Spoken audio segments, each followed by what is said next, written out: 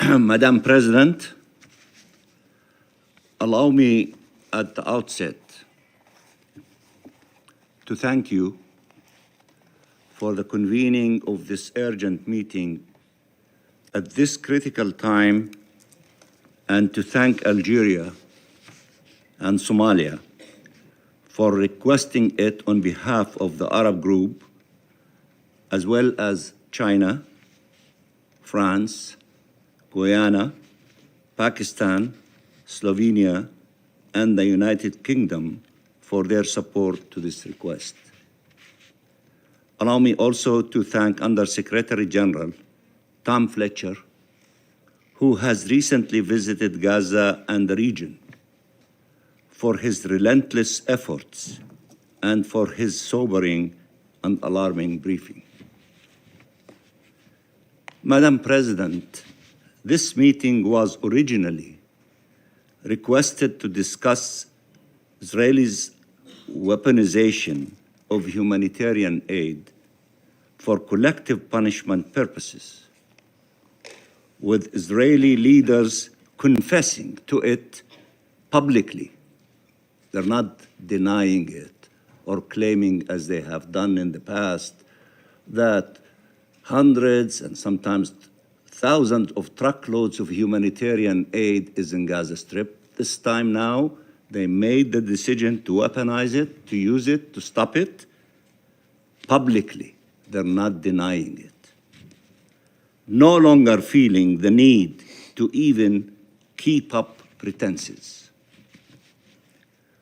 We were supposed to gather here to discuss how an entire civilian population who had survived a genocide and with still immense needs was yet again confronted with fuel and electricity being cut off, leading to the shutdown of essential water and sewage treatment facilities, worsening the already dire humanitarian conditions in Gaza, so-called evacuation orders to advance, forcible displacement, and all this coupled with the hermetic siege denying the entire civilian Palestinian population life-saving aid since the beginning of the month.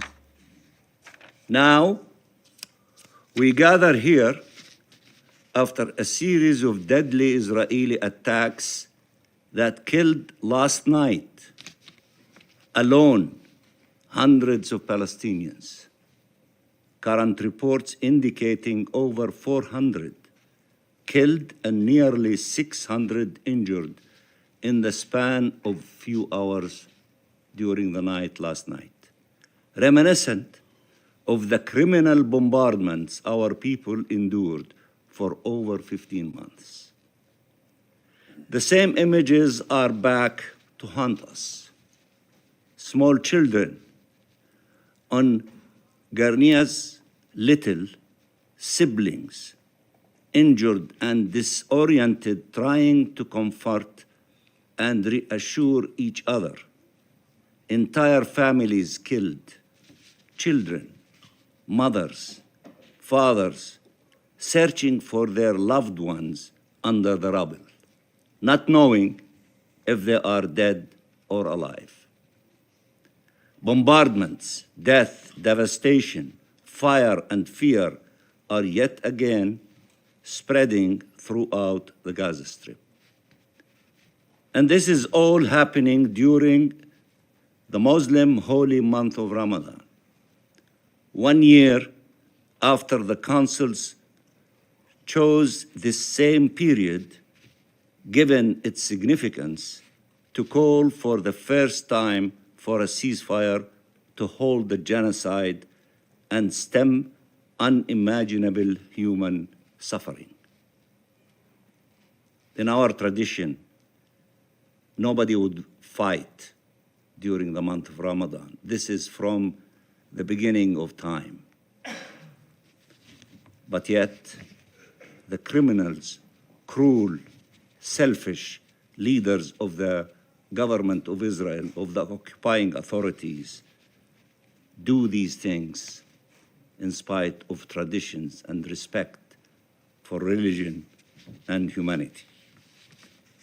Madam President, Palestinians are being killed indiscriminately, are being denied humanitarian aid indiscriminately, are being maimed and detained indiscriminately. We condemn these crimes in the strongest possible terms. This can never be justified and must stop immediately. Must stop immediately. And I agree with you, Madam President, when you said that you have a responsibility around the table to act. You are the Security Council. Act. Stop this criminal action. Stop them from denying our people food in the month of Ramadan and water and the hospitals to operate. Act. You have resolutions. Act. You have power. Act. Or, as my friend, the ambassador of Slovenia said, you become irrelevant. Act according to the power given to you by the Charter of the United Nations. Madam President, ceasefire works. It is the only thing that does. It stopped the bloodshed. It allowed the entry of humanitarian aid Israel had long denied. It allowed the release of hostages and prisoners.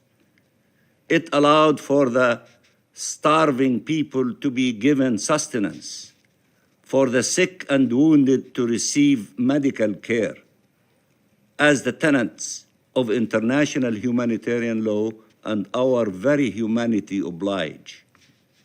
Life was starting to triumph over death. Our collective role is to ensure life prevails, and that requires ensuring the full and effective implementation of Resolution 2735. Resolution 2735 is unequivocal. It clearly spells out the terms of each phase and the obligations of each side. It also clearly states in relations to phase 2, which includes release of hostages and full withdrawal of Israeli occupation forces from Gaza, that the ceasefire will continue as long as negotiations continue. And negotiations will keep going until all the agreements are reached and phase 2 is able to begin. There should not be unilateral, self-serving, and irresponsible decisions to execute breaking the ceasefire. While the Trump administration has prioritized the release of hostages, it is evident that Netanyahu's concern for his political selfish survival far outweighs his concern for the survival of the hostages.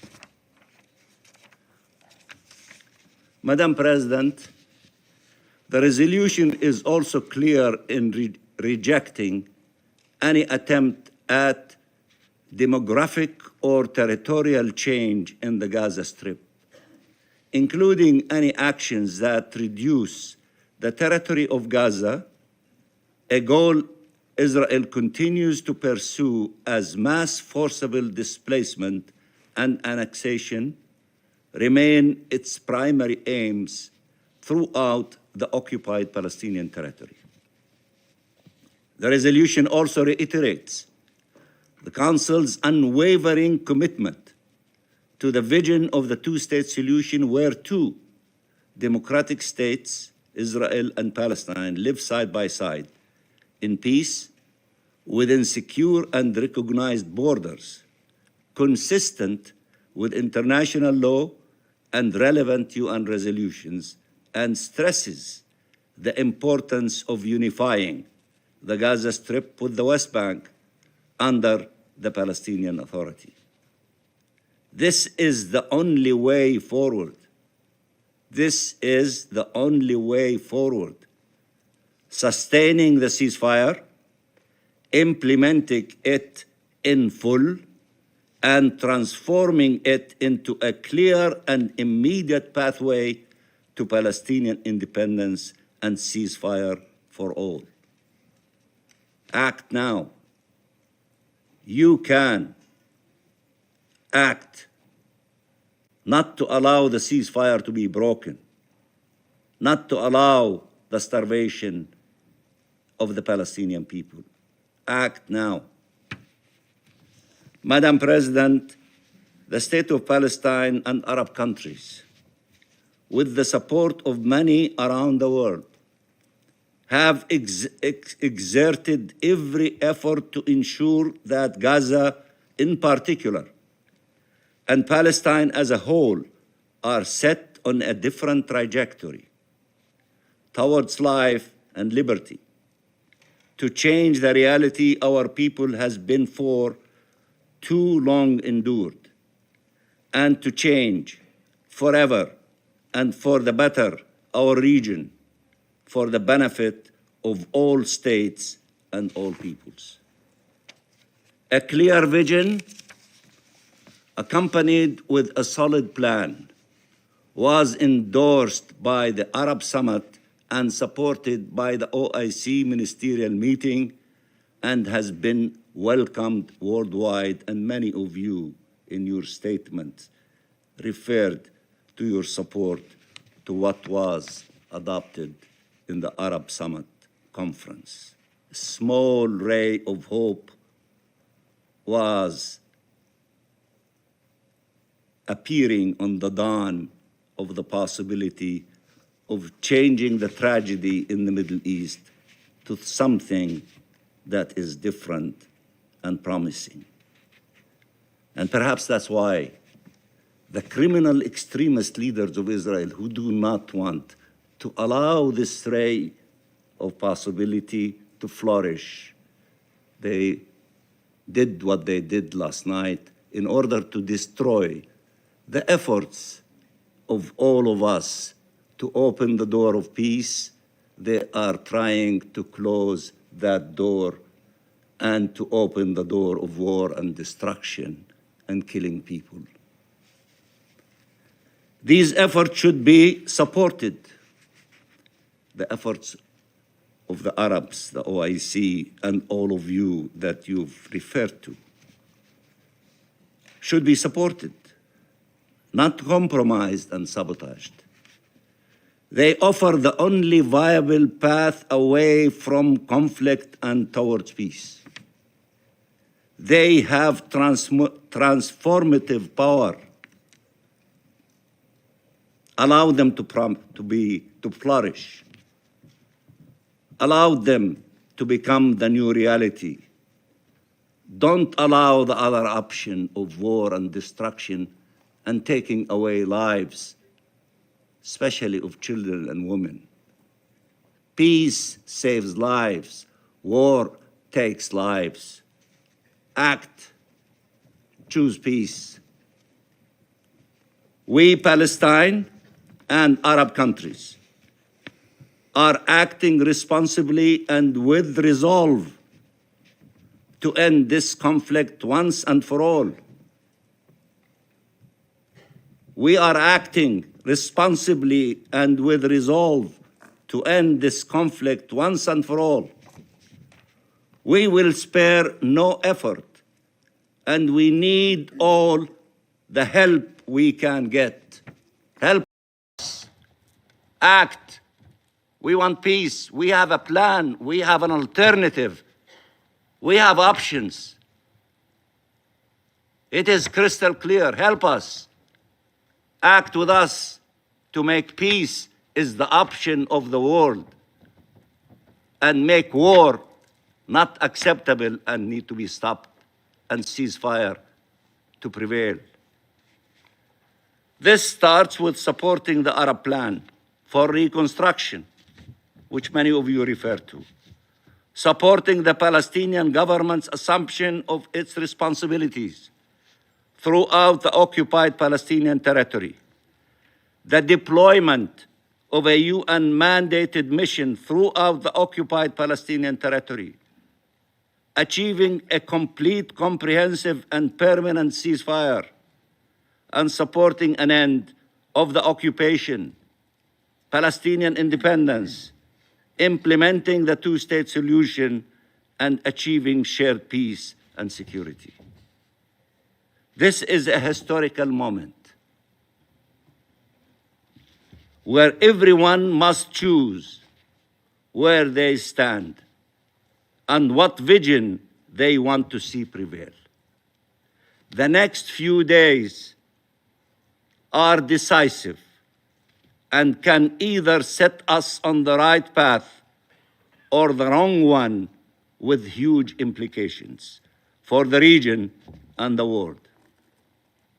Help us in these few days to have the ceasefire in place, not the continuation of war.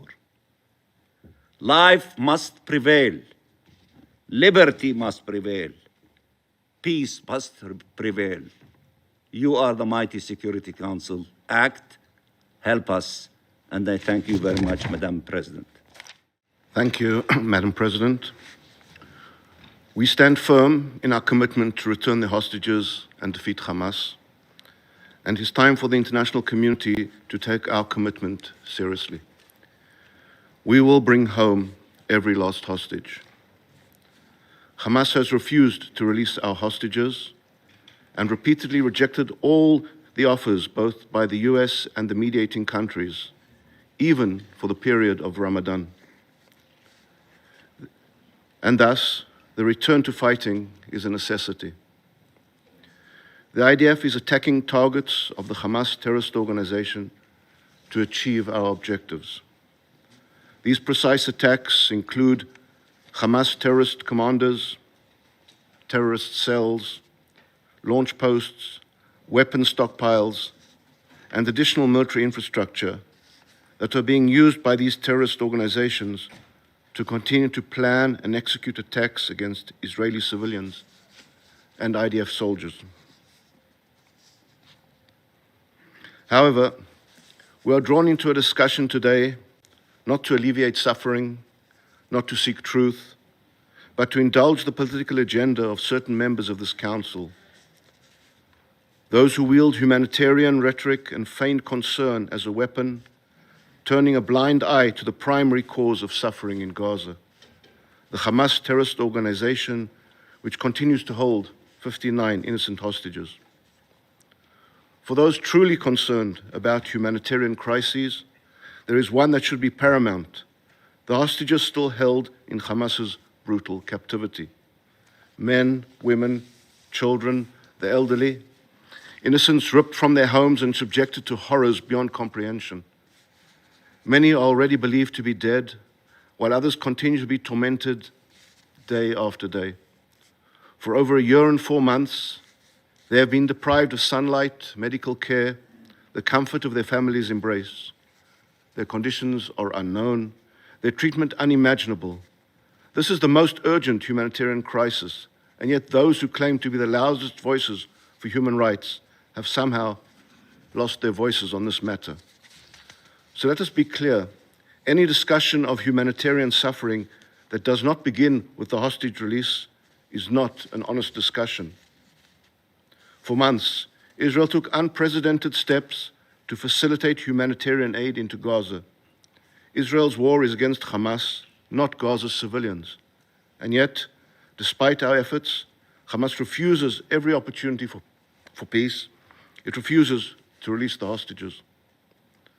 Over a 6-week period between January and February alone, Israel facilitated the entry of an unprecedented amount of humanitarian aid into Gaza, over 25,000 aid trucks, averaging more than 4,200 trucks per week. These trucks carried food, medical supplies, and essential goods. This is not speculation, not political rhetoric. This is in fact documented, verifiable, and confirmed by the organizations distributing and supplying the aid. In addition to the thousands of aid trucks, bakeries are operational across Gaza, producing millions of loaves of bread daily. In northern Gaza alone, increased fuel deliveries resulted in a 40% increase in bakery output. The slander that the people of Gaza are currently starving is quite simply untrue. Fuel and gas deliveries also continued over this period. Nearly 1,000 fuel tankers entered Gaza, including 275 to the north. Claims that the electricity cutoff has plunged Gaza into humanitarian collapse are greatly exaggerated, particularly regarding water infrastructure. Water pipes and sewage repair materials were sent to northern Gaza, ensuring that infrastructure remains functional. During the same 6-week period, over 840,000 tents were delivered. This was a massive logistical undertaking supported by international partners and facilitated by Israel. Madam President, let us be very clear. If there is suffering in Gaza, it is not because of a lack of aid.